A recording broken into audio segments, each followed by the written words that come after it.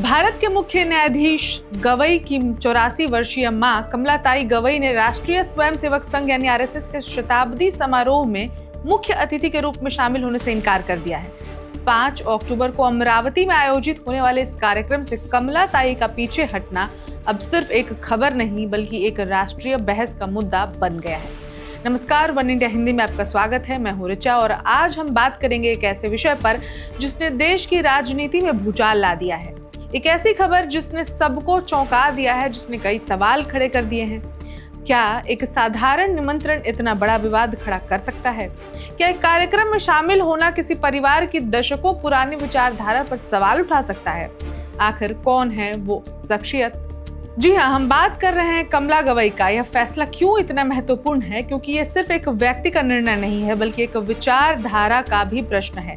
एक ऐसा परिवार जो डॉक्टर भीमराव अंबेडकर की विचारधारा का आजीवन अनुयायी रहा है, जब उसे आरएसएस के मंच पर आमंत्रित किया जाता है तो सवाल उठना लाजिमी है।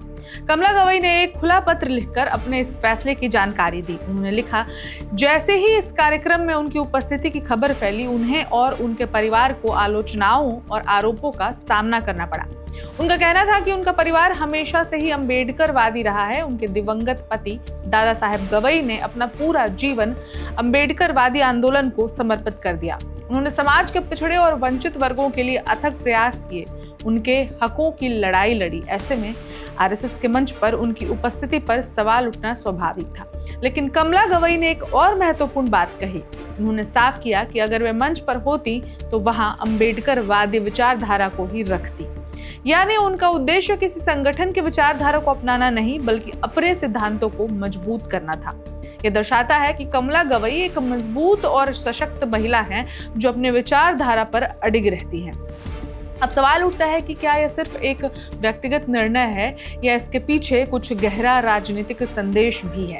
क्या यह फैसला दलित समुदाय और अंबेडकरवादी विचारधारा के लोगों के बीच एक नई बहस को जन्म देगा? कमला गवई ने अपने पत्र में यह भी बताया कि उनके पति दादा साहेब गवई अक्सर ऐसे कार्यक्रमों में भी जाते थे जिनकी विचारधारा उनसे अलग होती थी, लेकिन उनका एकमात्र उद्देश्य समाज के कमजोर वर्गों को हितों की बात करना होता था। उन्होंने स्पष्ट किया कि दादा साहेब गवई ने कभी भी आरएसएस की हिंदुत्व विचारधारा को नहीं अपनाया। यह बयान इस बात पर जोर देता है कि परिवार की निष्ठा हमेशा अंबेडकरवादी सिद्धांतों के प्रति रही है। कमलाताई ने अपनी उम्र और स्वास्थ्य का हवाला भी दिया। 84 वर्ष की इस उम्र में वे स्वास्थ्य कारणों से इलाज करवा रही हैं और इस विवाद के कारण वे मानसिक रूप से भी परेशान थी। उन्होंने कहा कि उनका यह निर्णय केवल आलोचनाओं और विवाद के कारण है और इसका किसी संगठन या व्यक्ति के प्रति कोई नकारात्मक इशारा नहीं है। वे सभी लोगों के प्रति सद्भावना रखती हैं और समाज के हर व्यक्ति का स्वागत करती हैं। यह घटना हमें सोचने पर मजबूर करती है कि क्या आज भी विचारधाराएं इतनी सशक्त हैं कि वे व्यक्तिगत संबंधों और आयोजनों पर हावी हो सकती हैं? क्या एक निमंत्रण जो सद्भावना के प्रतीक के रूप में दिया गया वो इतना बड़ा विवाद खड़ा कर सकता है? अब इस खबर में इतना ही, लेकिन आपकी इस पर क्या राय है हमें कमेंट करके जरूर बताएं। तब तक देश दुनिया की बाकी खबरों के लिए देखते रहे वन इंडिया हिंदी। नमस्कार। Subscribe to One India and never miss an update. Download the One India app now.